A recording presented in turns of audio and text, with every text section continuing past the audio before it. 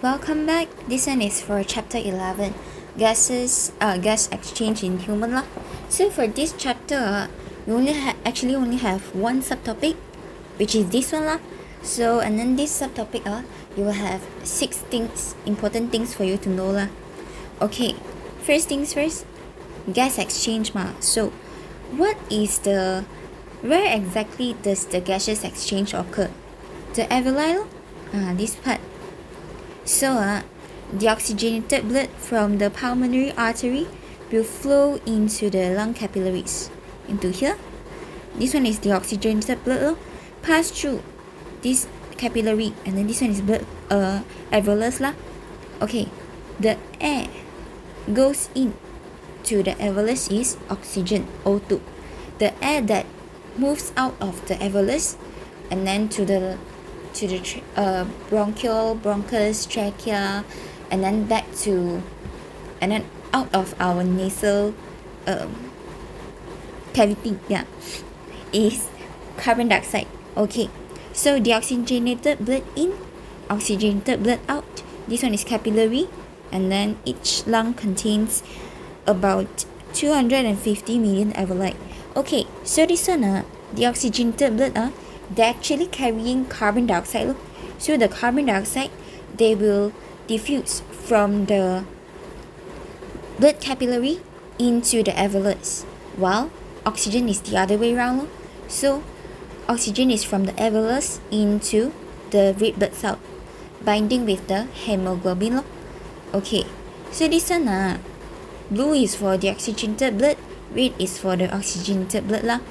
Okay, but in fact the blood cells when they are deoxygenated they are not in blue color they are still red color Okay, so this one actually explains why okay, this one is for the concentration gradient lah. Okay, features of gas exchange surfaces. So this one is for alveolus lah. What are the features? The adaptation for the alveolus so that gas exchange can occur efficiently. So you have 4. One is large surface area to increase the rate of diffusion of gas. Second one is thin wall. Actually one cell thick lah here. This one will actually reduce the diffusion distance. And then after that, good ventilation with air. So this one is to maintain the diffusion gradient. This one is like that about the diffusion gradient.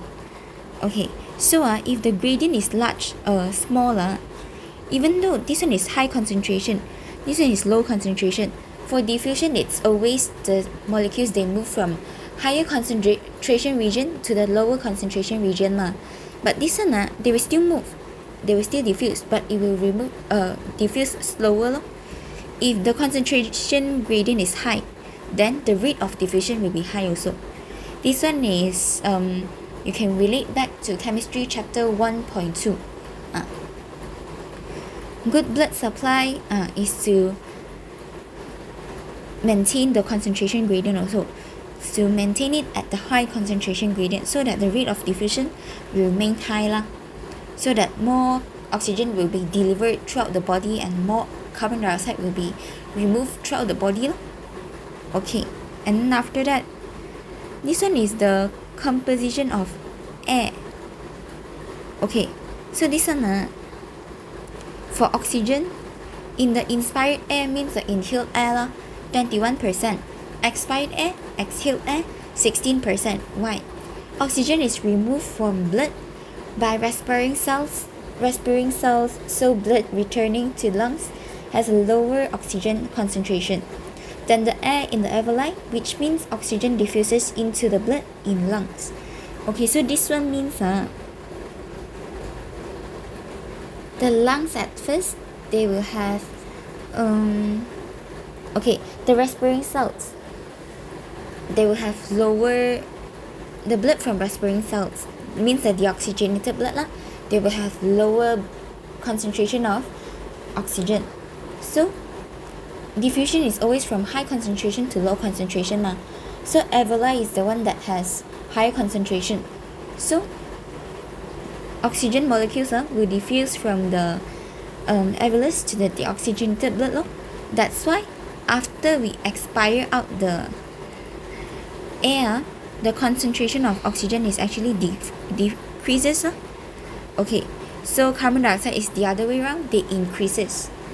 This one is because from 0.04% to 4%. This one is because carbon dioxide is produced by respiration, and then after that they diffuses into the respiring cell, blood from respiring cells. So this one is diffuses into the deoxygenated blood, and then the blood transports the carbon dioxide to the lungs, where it diffuses into the alveoli as it in a higher concentration of the blood than the air in the alveoli. So for carbon dioxide, in this case, the concentration of carbon dioxide in the deoxygenated blood is higher than that in the alveoli. So diffusion is from higher concentration to lower concentration. So the carbon dioxide will diffuse from deoxygenated blood into the alveoli. Okay. Water vapor, lower to higher. Water vapor evaporates from the moist lining of alveoli to the expired air as a result of the warmth of body. Okay, so this one because the body inside the body it's warm so temperature is higher a bit. So when the temperature is higher a bit to remove the heat the water vapor will actually be evaporated while bringing the heat as well. So this one is to reduce the heat, reduce the body temperature, to maintain the body temperature at the constant level. Nitrogen 78% to 78%, because nitrogen is very stable and cannot be used by the body so the concentration will not be changed for the inspired and expired air. So this one is for the first part, and then second part is this one. This one is the lungs part Okay. Respiratory system, you need to know the whole structure and the functions. So this one air will move from here and then to here to the alveolus Okay, so we learn from up there Larynx is the voice box. They will actually make sounds when air passes through it Okay, and then after that, okay, let me see okay. Ooh. Okay, never mind. So after that, after larynx, you move down to trachea. Trachea has the other name, which is called as the windpipe. So trachea, they connect the mouth and nose, the nasal cavity, to the lungs. So they will bring in the air. And then trachea, they have the rings of cartilage. This one is important. You need to know the function. So the rings of cartilage, cartilage is still bone, but it's it's softer. So rings of cartilage, why are they there? They surround the trachea and the bronchi, means bronchus but in plural form. This is to support the airways and keep the airway open during breathing, so that the wall will not be won't be collapsed inwards while the air pressure, when the air pressure inside the tube is low. This one is preventing the walls of the airways to be collapsed. Okay, and then after that, from trachea, rings of cartilage to bronchus. Bronchus is just one both if two is bronchial, not bronchial, bronchi, yeah. And then bronchus. Bronchus is large tube branching off trachea with one bronchus for each lung. So we have two bronchus two bronchi, yeah. So this one is still the same actually still the same function as trachea. And then after that bronchioles. Bronchioles, they are small tubes that bronchi split in the lungs to connect. They are actually connecting with the alveoli lah. Okay, so alveoli. Alveoli just now we already learned lah, the site for gaseous exchange. And then after that, after we learn the whole thing already, we learned about the from inside to outside lor. So this one from the center first, sternum. Sternum is like the bones that is in the middle of the ribs lah. So and then from sternum we move on to the ribs. So ribs is over here. Ribs is to protect the internal lungs, internal organs, not lungs. Not only lungs, they will also protect the heart. Yeah. And then after that, intercostal muscles. They are muscles that between the ribs lor. So their function is to control the movement of ribs, and then the movement of them causes inhalation and exhalation. So move on here. External intercostal muscle and internal intercostal muscle. So for external, they will contract during inhalation lor, and then after that, relax during exhalation. Intercostal muscle is the other way around. They found inside the rib cage and they contract during exhalation while relax during inhalation. So you remember one enough, external or internal. And then after that, clavicle is the collarbone. And then after that, this pleural cavity fluid is between the lungs and the... This one you don't have to know one. Okay. Just treat this cavity fluid as the extra knowledge lor. And then lastly, diaphragm. This part lah. Diaphragm is sheet of connective tissue and muscle at the bottom of the thorax. Thorax means the thoracic cavity lah, your chest cavity. Okay, so this one they will relax and contract. They will contract and relax to change the volume of the thoracic cavity, so that to allow the inhalation and exhalation to occur. Okay, and then after that, this part okay, alveolus, tiny air sacs, and then function as I mentioned just now, site for gaseous exchange lor.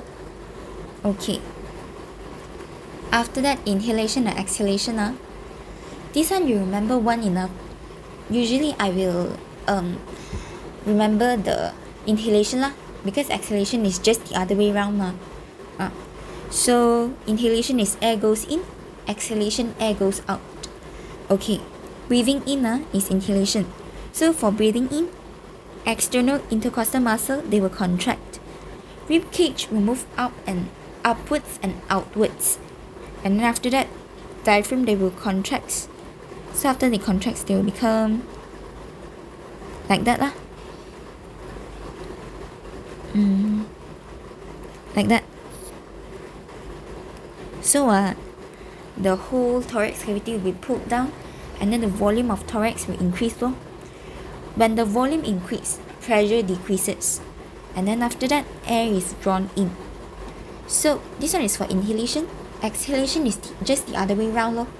So breathing out, external intercostal muscle, they will relax, and then after that, rib cage move downwards and inwards. Diaphragm relaxes and becomes dome shape, so like that lor. And then after that, volume of thorax decreases because diaphragm relax ma. When volume decrease, pressure increase. Air is forced out of the lungs. Okay. So this is for inhalation and exhalation. Last three parts. Difference in composition of inhaled and exhaled air. Okay, this one is you need to investigate lah. The theory part we did learn in the first part of the chapter. Okay, and then after that, this one is the apparatus setup low. So you have the tubes here. This one is to the mouth. And then this one, you have two boiling tubes. Both also containing lime water, A and B lah. Okay, so this one is a procedure lah. Okay, inhaled air is drawn into boiling tube A. So A is inhaled air, and then B is exhaled air. Okay, and then after that, this one is the concept that they are using. We use lime water to test the presence of carbon dioxide. So if the carbon dioxide is present, lime water from clear they will turn cloudy or milky or chalky. Depends on which word you prefer to use lah. And then after that, okay, just now is at lime water. Okay, after that, this one is the concept that they use lah, the star sign one. And then after that is the observation. Lime water in tubes A remains clear while in B, the lime water already turns cloudy. So this one is like that. Actually both also have carbon dioxide, but the A one, the concentration of carbon dioxide is very low. That's why the lime water didn't change lah. Okay, so turns cloudy means that the percentage of carbon dioxide in exhaled air is more than that in inhaled air. So this part one is the conclusion lor. Okay, fifth part, second part of the chapter. Effect on exercise on breathing, and then the investigation, the experiment part. Okay, the effect first. During exercise, carbon dioxide concentration in blood increases because more respiration occurs and then more carbon dioxide is produced lor. So the blood pH level also will decrease because it's becoming more acidic. And then after that, these changes is detected by the brain lor. So the brain will will make some effect lah. This one is for the coordinate and responses part lah. Okay, so the rate and depth of breathing increases. This is to deliver more oxygen to the muscle cells. For aerobic respiration, this one is related to chapter 12.2. To keep up with the energy demand, big E is always energy in my notes. And then if the energy demand does not meet the aerobic respiration takes place, this one, they will produce lactic acid. Okay. Investigating the effect of exercise on breathing. 4 steps and then the conclusion. Okay, first step, count the breath taken during 1 minute rest. And then after that, you measure the average chest expansion for 5 breaths. Use the tape measure to help around the chest lor. Okay. After that, you exercise for at least 3 minutes. And then you count the breath taken again. And then measure the average chest expansion again lor. Okay, and then after that, after the whole experiment, you will get to this conclusion lor. Number of breath per minute means the breathing rate lah, and chest expansion will increase after exercise. So this one is actually the rate and depth of breathing lah, increasing after exercise. Okay, and then after that, last part of the chapter. This one is the role of cilia cells and goblet cells. Okay, so this one exam they will ask lah, and then 3 marks question lor. Okay, so this one, goblets, first point is goblet cells produce mucus. So these mucus they will trap bacteria, dust and particles lah. And then after that, the cilia over here, they will beat and push away the mucus from the lungs towards the throat to be removed out lor. Okay, cilia is extension of the cell membrane. This one is the goblet cells. Okay, so that's all for this chapter. And then see you in chapter 12.